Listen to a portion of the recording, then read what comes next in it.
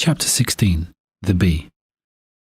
I take refuge from the devil the accursed, and I begin with the name of God in this verse. God's judgment is surely coming, so do not ask for it to be brought sooner onto you. Glory to him, far above the partners they enjoin, the one you are all returned to. He sends angels down with inspiration at his command, to whichever servant he chooses. There is no God but me, beware of me. I created heaven and earth for a true purpose. He is above whatever they join with him. He brought man into existence when man was nothing. He created man from a drop of fluid, but man openly challenges him. God has also created livestock for you, to gain warmth from, to eat, and to provide you with tranquility, when you bring them home to rest in their stables and leave them to rest peacefully. They carry loads that you could not carry without great hardship. Your Lord is merciful and kind. He gives horses, mules, and donkeys, and things of which you do not yet know for you to use and ride. And of the paths that men choose, it is God's path alone that is straight and leads to success, whereas the other paths are deviant and lead to ruin. God's path alone is blessed.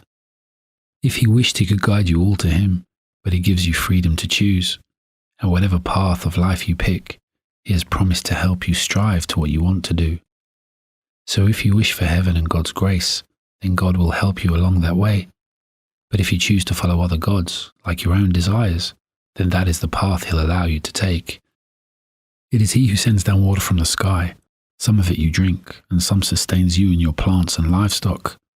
With it he grows your corn, olives, palms, and vines, and all kinds of fruit you've got. There is truly a sign in this for those who reflect, and remember God's other favors too. By his command he has made the night, the day, the sun, and the moon, and the stars of use to you. And on the earth he has put a range of things of every color that will bring you benefit. This is surely a powerful reminder for those who will take heed of it. It is he who made the sea useful to you. You eat from its animals and pull from it jewelry to wear, and he allowed you to use your ships to go over it, so you may seek his bounty everywhere. He has made the mountains stand firm on earth, to prevent the earth from shaking under you, and made rivers and paths so you may find your way, and give you stars to guide you to. Can he, the creator of all of this, be compared to some other thing that cannot create? Why do you not take heed of this reminder before it is too late? If you tried to count all the blessings you've been given, you could never take them all in. God knows what you conceal and what you reveal. He is most merciful and forgiving. Those that the disbelievers call on beside God create nothing. They themselves are created. Their idols are dead, inanimate things, and they have no knowledge of when they'll be resurrected. Your God is the one true God, and as for those who deny the life to come, they are the ones whose hearts refuse to admit the truth. They turn away and become arrogant. There is no doubt that God knows what they conceal and what they reveal. He does not love arrogant folk. And when they're asked what they think of the Quran, they say, these are simply ancient stories we are being told. On the day of resurrection they'll bear the full burden of their own sins, and some more besides, as they will carry some of the sins of those they led astray, as they had no true knowledge of any kind. How terrible will that burden be? And those who came before them also acted arrogant and schemed. But God brought down the very foundations of what they'd built. He destroyed them utterly. As was literally the case with evil Nimrod, who set himself as a rival to the Lord. He built a tower, but God made its roof collapse on them. They were completely in awe. When it comes to the day of resurrection, God will shame the disbelievers and he will say, where are the partners that you claimed I had? And they will not be able to bring them forth in any way. And the angels will add, O disbelievers, shame and misery is all you have on this terrible day. And when the angels take the disbelievers' souls, the wrongdoers plead, we did not do evil, we weren't astray. But the angels reply, indeed you did. God knows full well what you have done. So you will enter into hell and remain in there. That is the home of the evil, arrogant ones. But when the righteous are asked what they think of the Quran, they say God has sent good indeed. There's reward in this life for those who do good, but in the next life they will be rewarded immeasurably. Their reward is truly excellent. They will enter eternal gardens graced with flowing streams, and there they will have all they wish for, and remain there for all of eternity. This is the way God rewards the righteous, those who, when the angels take their souls, say to them, "Peace be upon you. You will have your reward for your belief in good deeds. You will have the garden." Are the disbelievers waiting for any other end to come than the angels who will take their souls? Are they prepared to be taken to their Lord on the day He has full control?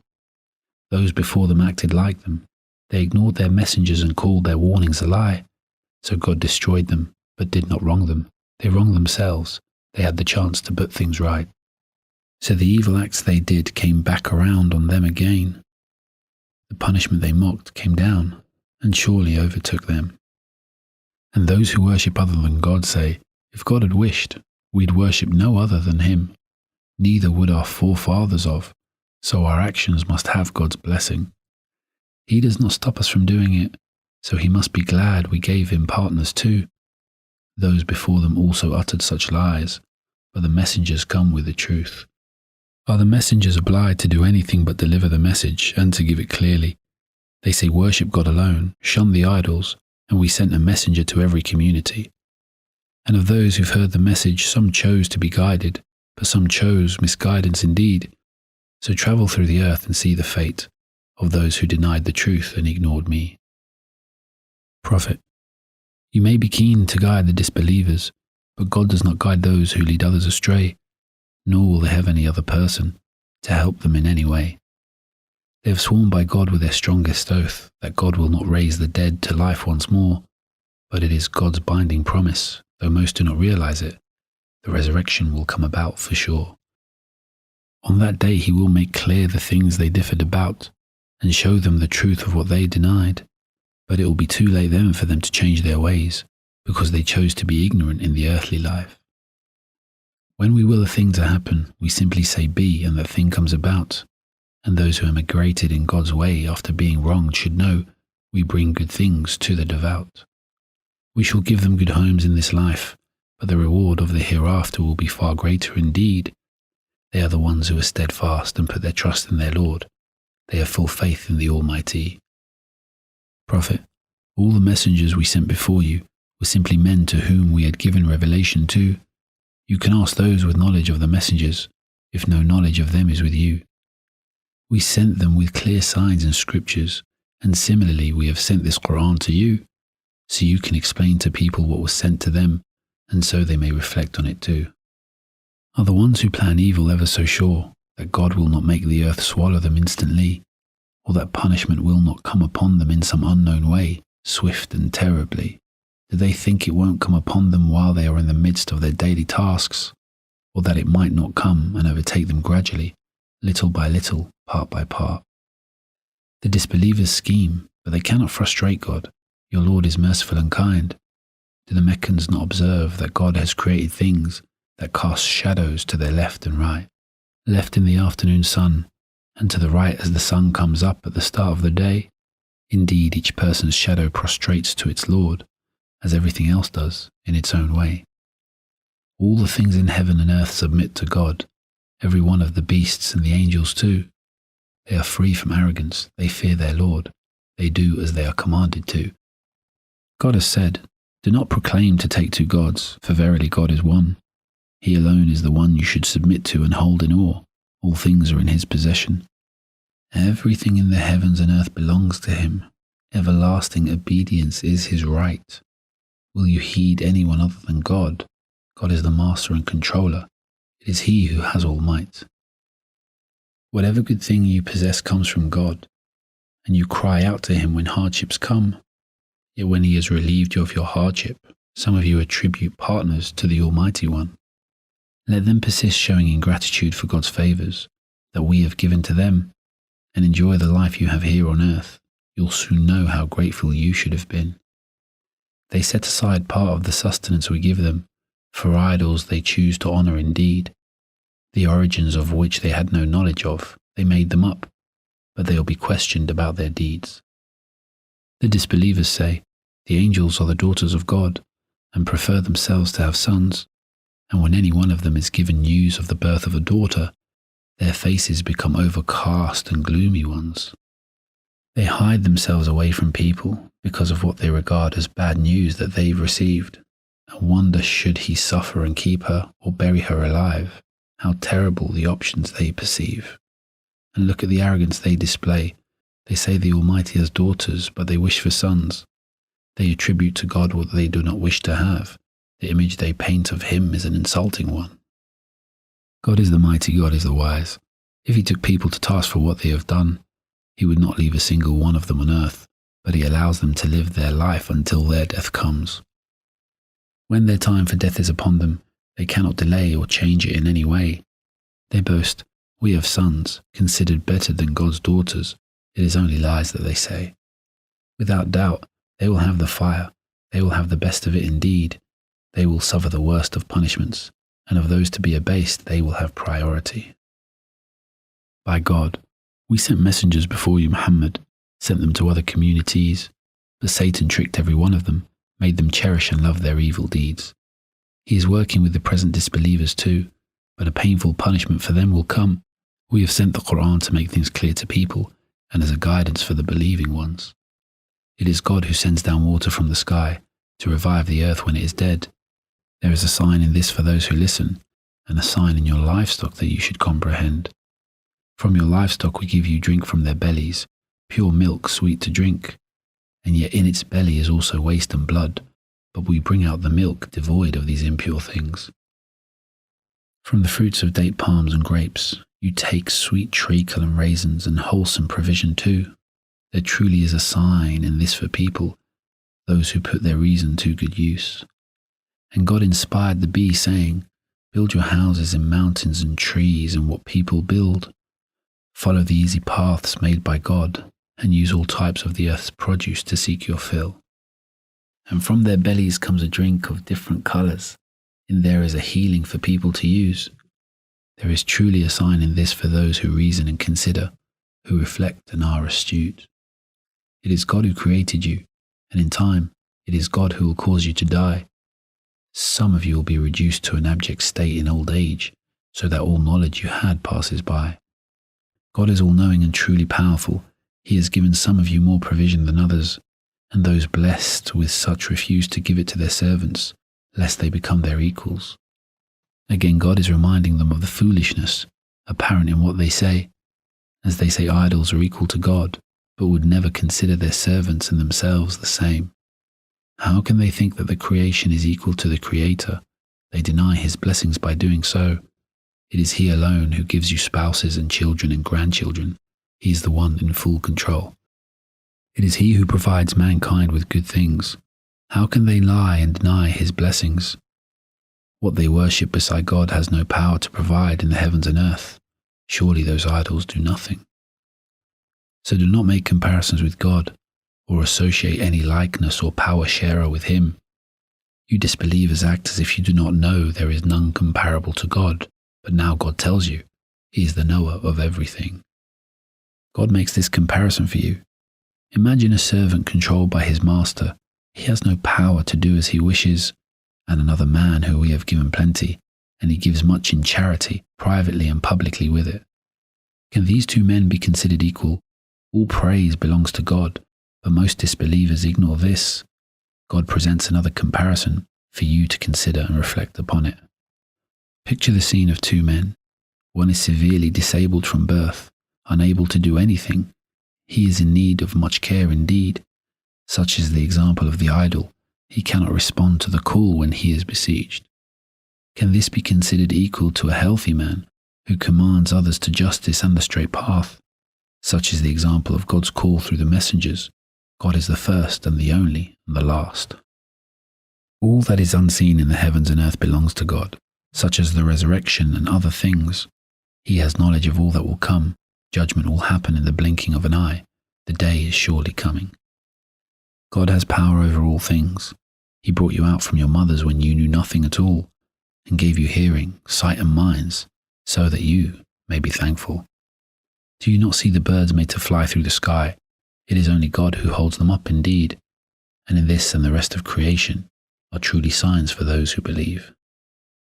It is God who has given you places of rest in your houses and tents, and from the skins of animals you've made, items to use in your travels for warmth and furnishings, and from the sun He has given you shade. He has made you places of shelter within the mountains, and garments to protect you from the heat, and garments to protect you in other ways. You could never count the blessings that you have received. In such ways God perfects his blessing on you, so that you may devote yourselves to him. But if they turn away from your call, Prophet, know that you are only sent to deliver the warning. They know God's blessing, yet they choose to ignore them. They are ungrateful indeed, but they will have no excuse on the day we raise them and bring forth the messenger from every community. They will testify that the message was sent and that the disbelievers chose to ignore my words, so the evildoers will not have any reprieve from the punishment. They will get what they deserve. On the day the disbelievers will see the idols they worshipped and try to shift the blame of disbelief onto them, saying, Lord, these are the idols that we worshipped. It is their fault. They should be condemned. But the idols will say, No, they are liars. O Lord, we worship you. And they will offer submission to God. They will desert those who followed them too. And because of the corruption and misinformation the disbelievers spread, we shall add to their torment, as they barred others from God's path, so they will suffer the punishment. On the day we raise each community's witness to testify that God's message was brought to that community, we shall bring you, Prophet, as a witness against the Meccans, stating you gave them the message clearly. We have given you the Quran as a clear explanation between what is lawfully wrong and right, and as a guide and a mercy and good news to those who submit to God and wish to receive heaven's delights. God commands you to justice, doing good deeds, and that towards others you act generously, and he forbids you from what is shameful and oppressive, and from deeds that are blameworthy. God teaches you so that you may take heed, fulfill any pledge you make in God's name indeed, and do not break an oath after you have sworn it, for you have made God your surety. God knows everything you do. Do not use your oaths to deceive and lie. Do not be like the one who spins a thread and then frays it, making it become untied. Do not go back on the oaths you make with one group to move to a more powerful group indeed. God tests you with such a situation, and on the day, you will have to explain yourself to the Almighty. If God so willed, he would have made you all one people, but some he guides and some he allows to stray. You will all be questioned about your deeds when returned to him on Judgment Day. Do not use your oaths to deceive each other, lest you should slip in your faith, and then taste the punishment for establishing a deceitful practice that others may follow, taking them from God's way. Do not abandon a pledge made in God's name in exchange for some small price. God surely has a better reward waiting for you in the next life. What you have on earth will surely end, but what God will give you will endure, and we shall certainly reward those who remain steadfast, those whose intentions and actions are pure. We shall reward them according to the best of their actions, be they male or female. They shall have a good life and reward in accord with what they have done. God's will always prevail. Prophet, when you recite the Quran, seek God's protection from the outcast Satan, the accursed. He has no power over true believers who trust in their Lord. Seeking God's protection must be observed. Satan's power is only over those who ally themselves with him and those who obey him. They are the ones who join partners with God, and they'll be judged for it when returned to their Lord again. Prophet, when we substitute one revelation for another, we know best what we abrogate. We know best what should be revealed and in what manner for servants to achieve the best of states. But when we abrogate, the disbelievers say you are fabricating all these things. But they have no knowledge of what we reveal, Muhammad. Tell him it is Gabriel that brings the revelation of the Quran down to you, step by step from your Lord the Almighty, to strengthen the believers and give good news to the devout believers who act rightly. We know well what they say of you in Revelation. They say it is another man that teaches him, but the language that the person speaks is not the Arabic of this Quran. The language he uses is foreign. If people do not believe in God's revelation, God does not guide them. Punishment will come to them. Fabrications only come from those who are liars. They do not believe in God's revelation. Those who reject God after believing in him and open their hearts to disbelief will have the wrath of God fall on them, and they will suffer a grievous punishment from which they will never leave. Not so the ones who are forced to say they do not believe, but their hearts remain firm and true. But disbelievers prefer the life of this world more than the one to come. For them punishment is due. God does not guide those who reject him. Their hearts, hearing and sight have been closed off by him. And this has come about as God has said, he will lead each soul along the path of freedom or disbelief it has taken. If he wished, he could guide you all to him, but he gives you the freedom to choose. And whatever path of life you pick, he has promised to help you strive to what you want to do. So if you wish for heaven and God's grace, then God will help you along that way. But if you choose to follow other gods like your own desires, then that is the path he'll allow you to take. Those who reject are surely heedless. They will surely be the losers in the life to come. But to those persecuted and forced from their homes who remain steadfast, God is the most merciful and forgiving one. On the day when every soul will come pleading to save itself, it will be repaid for all it has done. Every action will be accounted for, and no one will be wronged. And God presents you with an example of a town that is secure and well at ease, with a range of sources of good things which come to it abundantly. Then it became ungrateful for its Lord's blessings, so God brought famine and fear for what they had done, and a messenger was sent to them from their own, but they denied him, so they by the punishment were overcome. Believers, eat of the good things God has provided for you, and be thankful for the blessings he has given. Carrion, blood and pig's meat, and any other animal not sacrificed in God's name, these are the only things forbidden. But if by hunger anyone is forced to eat the aforementioned, and does not exceed their immediate need, and knows that it's not being eaten from desire, then God will be merciful and forgiving towards such a deed. And do not say incorrectly, such and such is forbidden, inventing a lie for what God commands, a terrible thing. Those who invent lies about God will not prosper, and those who do will find a terrible punishment waiting. And Prophet, we forbade the Jews every animal with claws, and the fat of cattle and sheep too, except what is on their backs and in their intestines, and what sticks to their bones. All this we have told you.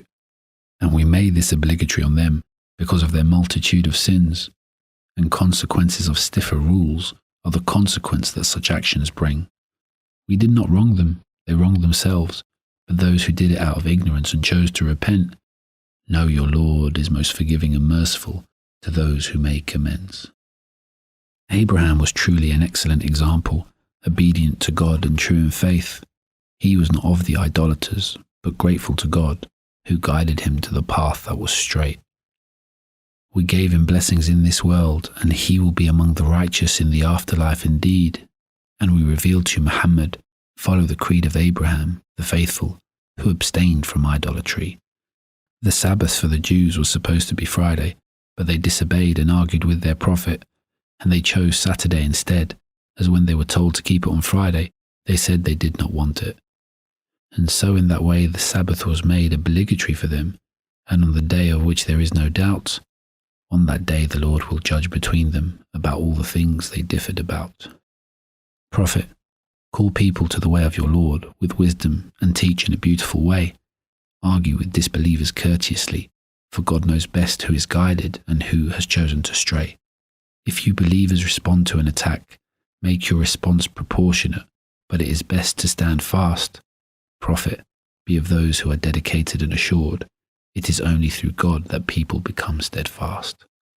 Do not grieve over the disbelievers, and do not be stressed by what they scheme, for God is with those who are aware of him, who hold him in awe, and have faith and do good deeds.